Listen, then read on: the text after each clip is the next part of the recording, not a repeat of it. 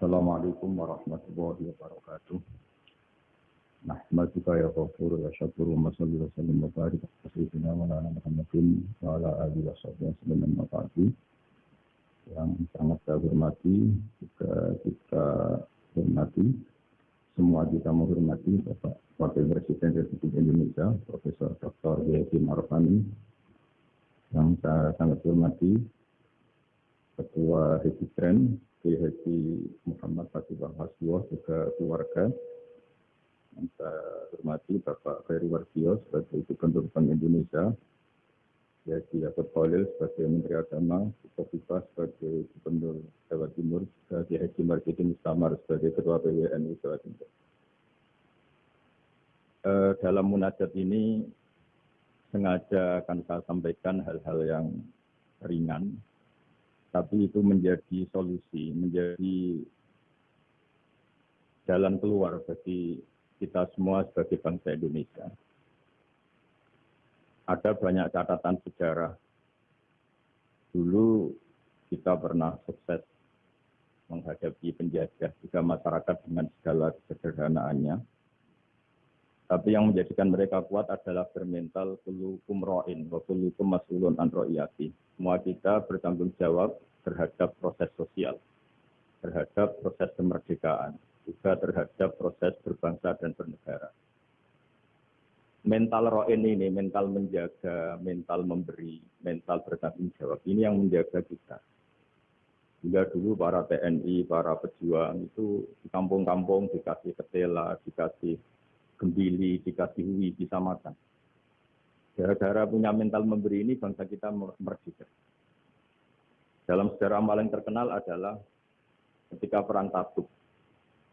Itu sahabat yang saking miskinnya itu punya beras, misalnya di Indonesia kayak beras 2 kilo dikasihkan Nabi 1 kilo, yang 1 kilo untuk keluarganya.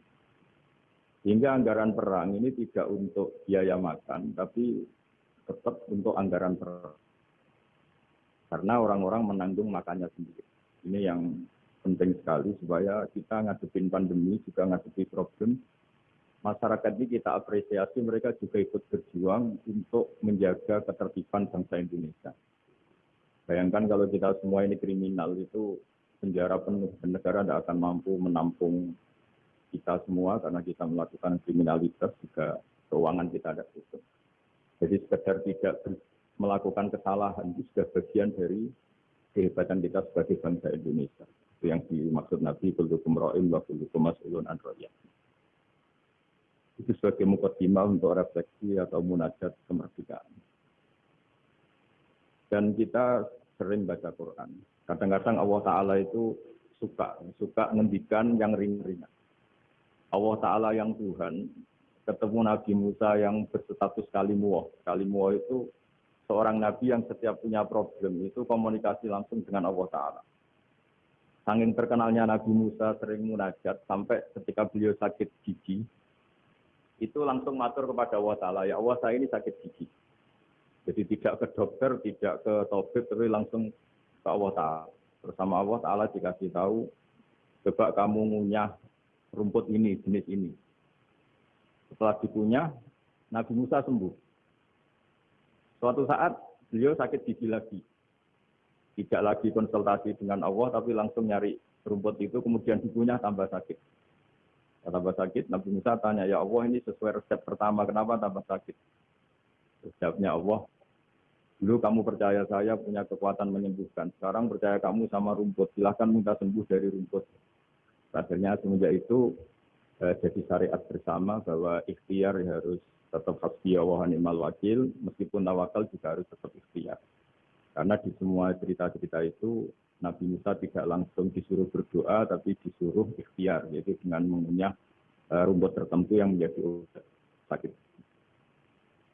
Tapi di balik itu semua, ada hal-hal dahsyat yang Allah Ta'ala itu ngendikan atau cara memperlakukan seorang kekasihnya itu ringan sekali, rileks sekali. Sehingga banyak kiai kita yang rileks. Fir'aun itu betapa biadabnya Fir'aun, betapa bengisnya Fir'aun yang menindas bangsa Israel. Bani Israel. Tapi pertama ketika Allah manggil Nabi Musa itu pertanyaannya ringan sekali. Wa ma tilka biyaminika ya Musa, kamu bawa apa? Padahal Allah tentu tahu. Ini Gusti, saya bawa tongkat. Ya. Kata Allah untuk apa? Atawakkau 'alaiha wa husyu biha 'ala ghanabi wal fiha ma'arif ukhra. Ya, banyaklah Gusti fungsinya tongkat ini. Untuk menghalau kambing saya ketika menggembala, untuk merontokkan daun-daun supaya dimakan kambing saya. Dan masih banyak lagi kepentingan yang lain. Kata Nabi Musa, wal fiha ma'arif ukhra, dan masih banyak kepentingan lain. Sehingga para mufassir mengatakan bahwa psikologi seorang rakyat ketemu presiden atau ketemu gubernur, apalagi ajudan, ketemu pimpinannya itu pasti takut. Cara menghilangkan ketakutan itu diajak ngendikan atau ngomong yang ringan-ringan. Saya tidak bisa bayangkan kalau saya ketemu Mbah Maimun terus ditanya, Mbah, kamu ngiyai kamu reputasinya sudah kayak apa? Yang sudah kamu pinterkan berapa? Yang sekarang jadi ahli sunnah berapa? Itu pasti saya gagap. Sama ketika gubernur ditanya menteri dalam negeri atau ditanya atasannya lagi prestasi pasti gagap. Jika kadang-kadang bangsa ini kalau antar pejabat ketemu ya makan-makan. Kalau ketemu kadang ngendikan yang ringan-ringan. Itu sebetulnya bukan hal yang salah. Karena dalam kecapean seperti ini hal-hal yang ringan itu adalah obat, adalah solusi. Hingga Nabi Musa tidak ditanya, kamu jadi nabi reputasi kamu apa? Ini harus ditanya yang ringan. Wa ma tilka biyami nikaya Musa. Qala ya asoya atawakkau alaih. Hal itu juga yang kadang-kadang Nabi kalau ditanya, ayat Islam ya khairun ya Rasulullah, Islam yang terbaik itu gimana ya Rasulullah? Jawabannya Nabi itu unik, kadang hanya jawab kit'amut to'am. Kit'amut to'am wa isfa'us salam alaman arusah malam tarif. Ya Islam yang baik itu ya pokoknya makan-makan. Itu kalau ketemu teman ya makan-makan kalau ketemu. Lalu dibalik keriangan ini, dibalik ketenangan ini atau keriangan ini, dibalik hal-hal yang sederhana ini, terjadi fikih yang luar biasa. Ini tadi saya nanti sampainya ke Gibran. Terjadi fikih yang luar biasa. Ketika ahli fikih mengatakan senyum itu sunat karena tidak wajib, tidak berdoa. Tapi konsekuensi hukumnya bisa wajib. Ya tadi misalnya kita punya istri solihah, tentu kita butuh happy. Yang istri kita misalnya jujur, yang tidak istri kita ramah senyum. Maka ini ada persaingan halal dan haram. Dan haram ini bisa menang hanya modal senyum. Yang halal karena benar salah. Jika dalam konteks tertentu, maka yang dikatakan Nabi senyum itu sunnah. Itu tidak dimanai ulama sunnah dengan arti tidak wajib. Tapi sunnah dengan arti perilakunya orang-orang soleh. Untuk kompetisi itu pasti senyum. Karena tidak kebayang kalau yang soleh, yang baik itu bawaannya tanfir, menjadikan orang lain lari. Sementara yang batil menjadikan orang lain tertarik. Ini jangan sampai terjadi. Sehingga Islam kadang-kadang mengajarkan kita hal-hal yang ringan tadi. Kita amut to'am. Ya kalau ketemu teman ya makan-makan. Kita tidak bisa bayangkan misalnya komunitas orang-orang bandar narkoba kalau ketemu anak buahnya makan-makan, rileks. Sementara kita yang soleh-soleh, meditnya minta ampun. Sehingga orang terus kapok berteman orang soleh karena batil. Terus mencari berteman orang batil karena takut. Begitu juga di perdagangan.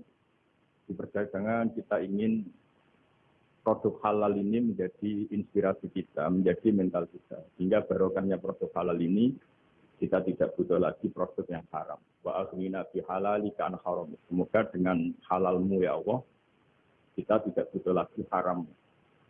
Misalnya orang-orang soleh itu kalau sholat senangnya minta ampun. Bisa sholat top awal senangnya minta ampun.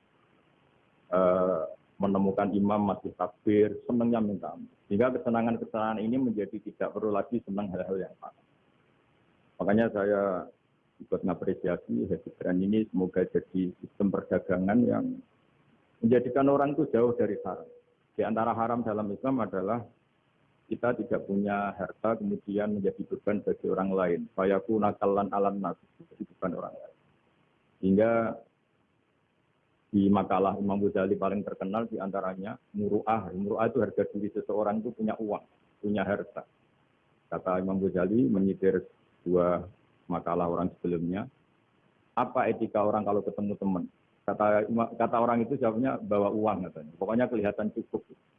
Karena kalau kita ketemu teman, misalnya di Jakarta, orangnya kelihatan hanya sanggup sak perjalanan, itu pikiran selama wah nyangoni, karena dia tidak akan kuat beli tiket. Jadi belum sudah jadi problem. Hingga di Ihya, di bab Adabul Kasbi, terus disebut Fadhailul Kasbi, keutamaan-keutamaan orang kerja, itu di situ diceritakan betapa pentingnya orang itu kerja, punya aktivitas ekonomi, baik berdagang maupun bercocok tanam maupun apa saja. Karena di antara etika berteman itu kata ulama ini punya uang. Karena nanti si Sohibul Bait ini tidak kepikiran macam-macam. Jadi saya tidak akan cerita panjang lebar, cuma saya pastikan bahwa kegiatan halal itu harus dominan dan harus asik. Karena nanti kalau dalam kompetisi kita yang bernegara sehat, bawaannya marah-marah, orang yang salah bawaannya senyum, pasti pertarungan ini akan dimenangkan yang salah. Begitu juga yang orang bawa kebenaran bawaannya pikir, sementara yang bawa kebatilan dermawan, pasti kita akan salah. Ini pentingnya ngaji usul fikih, bahwa bagaimana tadi yang beberapa kali disinggung oleh Kiai Ma'ruf Amin. Saya suka sekali karena beliau sering menghentikan kaidah-kaidah usul fikih, bahwa masalah pandemi ini atau masalah bangsa ini itu masalah bersama, bukan masalah pejabat saja, bukan tanggung jawab pejabat saja. Karena dalam Islam diajarkan siapapun yang punya kemampuan ikut membantu itu ya wajib. Jadi ukurannya itu siapapun, bukan yang sedang bertugas. Kalau semuanya profesional bisa habis bangsa ini. Misalnya kita melihat orang tenggelam, untuk biarin aja kita tidak start, tidak tim yang penyelamat tenggelam.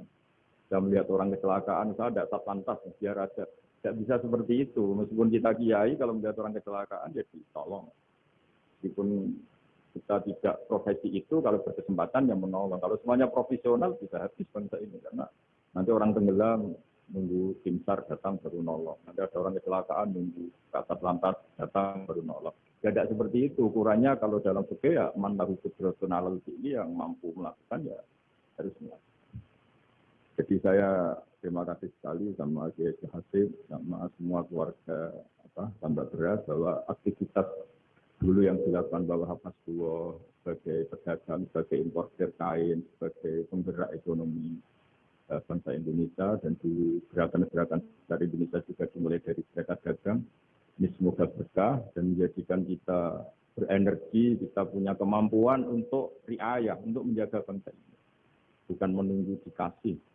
Jadi kalau kita ikut mentalnya riayah, memberi, menjaga, pasti mental kita ini bersama-sama menjaga. Jadi kalau mental kita tidak ikut bertanggung jawab, miskin nyalakan Menteri Keuangan, tidak pinter nyalakan dia, ribet. Nanti kalau banyak musibah nyalakan dia, doanya tidak mandi. Wong ada musibah itu karena sanksi orang-orang yang nggak jelas, malah disalahin kan ya ribet. Nanti kalau salah-salahan gitu terus ribet. Alhamdulillah kita tidak punya mental seperti itu. Kita semuanya berdoa, Rabbana dzalamna anfusana, kita semuanya merasa salah. Karena ya tadi termasuk salah adalah misalnya karena suatu saat Nabi Ayub ditanya istrinya, kenapa engkau sebagai Nabi tidak minta doa di entasnya musibah pada diri engkau? Saya sehat sudah berapa tahun? Ya sekitar sekian puluh tahun. Saya sakit baru sekian bulan. Masih lama mana? Ya lama sehatnya. Ya sudah, saya tetap akan jaga syukur itu. Nah, syukur ini penting bukan untuk dablek, tidak peduli, supaya jaga imunitas. Karena di antara nikmat yang paling pokok itu allazi atamahu min ju'u wa amanahu min khauf. Orang bisa makan, hidup kita tidak terancam oleh kepunahan, oleh pembantaian, oleh chaos sosial, itu sudah luar biasa. Karena di antara sifat Allah itu yang memberi allazi atamahu min ju', yang memberi makan kamu dari kelaparan. Wa amanahu min khauf, dan memberi kamu kenyamanan.